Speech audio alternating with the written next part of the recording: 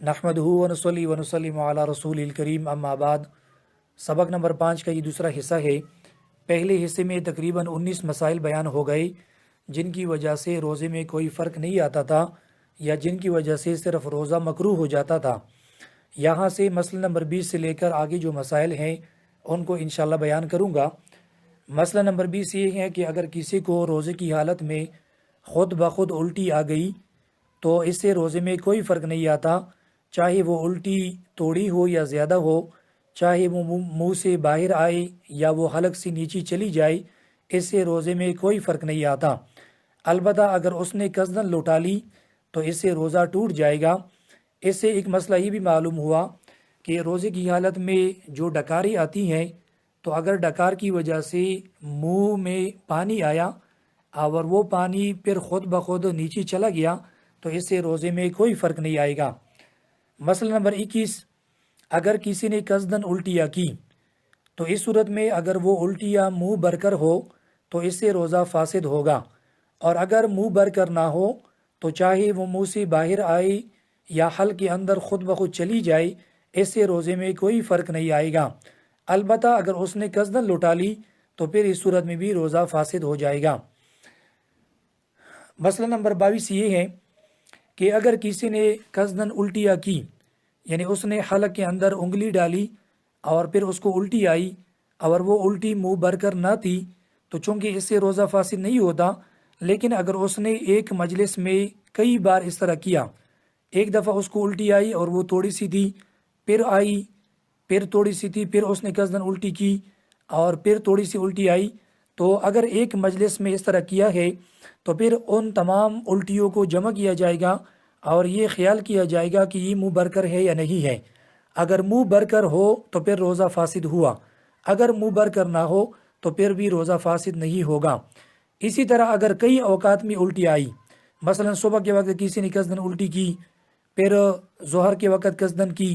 اور پھر عصر کے وقت قصداً کی، تو ان تمام الٹیوں کو جمع نہیں کیا جائے گا کیونکہ یہاں پر مجلس جو ہے وہ ایک نہیں ہے، لہٰذا ان کو جمع نہیں کیا جائے گا۔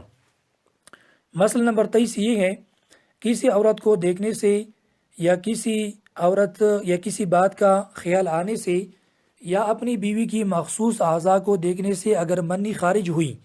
تو اس سے روزہ فاسد نہیں ہوگا، البتہ اگر اس نے ہاتھ کا استعمال بھی کیا تو پھر روزہ فاسد ہو جائے گا۔ مسئلہ نمبر 24 یہ ہے کہ روزے کی حالت میں عورت کا بوسہ لینا یا عورت سے بغلگیر ہونا یا اپنی بیوی کے ساتھ ایک بستر پر سونا یا اس کو ہاتھ لگانا، اس کی دو صورتیں ہیں۔ پہلی صورت یہ ہے کہ اگر انزال کا خطرہ ہو یا ہم بستر ہونے کا خطرہ ہو تو پھر یہ چیزیں روزے کی حالت میں دن کے وقت مکروہ ہیں، یعنی عورت کا بوسہ لینا، بغلگیر ہونا، ایک ساتھ سونا یا ہاتھ لگانا۔ اگر اس سے انزال کا خطرہ ہو، فارغ ہونے کا خطرہ ہو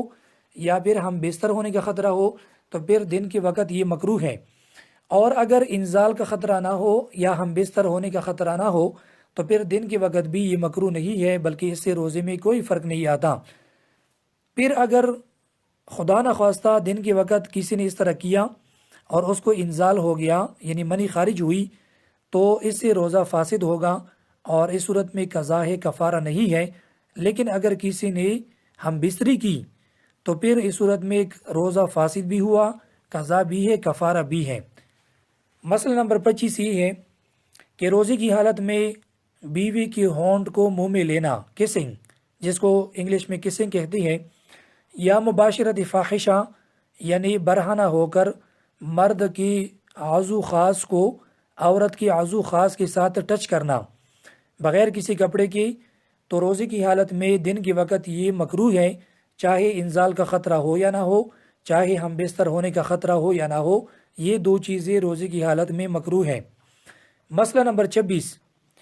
روزے کی حالت میں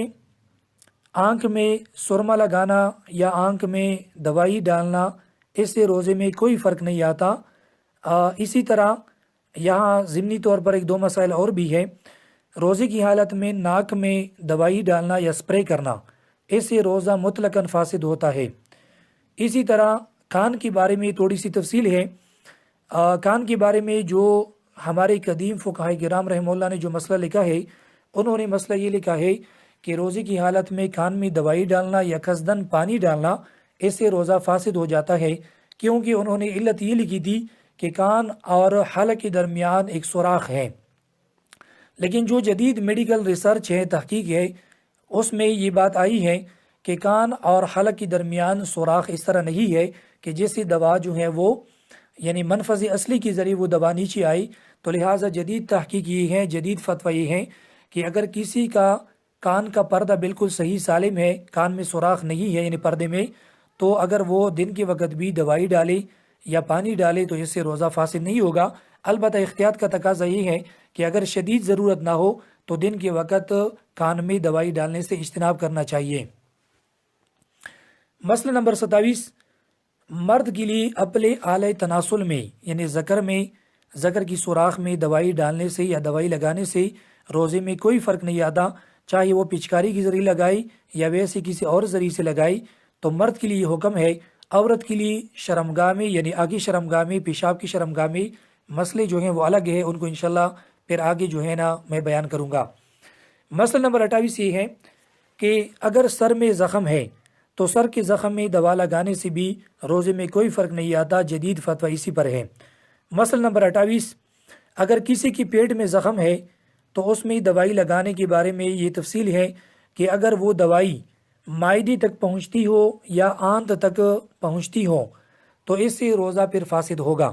اور اگر وہ زخم ایسا ہے کہ اس کی دوائی معدے میں سٹومک یا آنت میں انٹسٹائن میں نہیں پہنچتی تو پھر اس سے بھی روزہ فاسد نہیں ہوگا۔ مسئلہ نمبر 30 یہ ہے کہ اگر کوئی گردے کا بیمار ہے، مریض ہے، اور اس کو دن کے وقت ڈیالسس کیا گیا تو اسی بھی روزے میں کوئی فرق نہیں آتا۔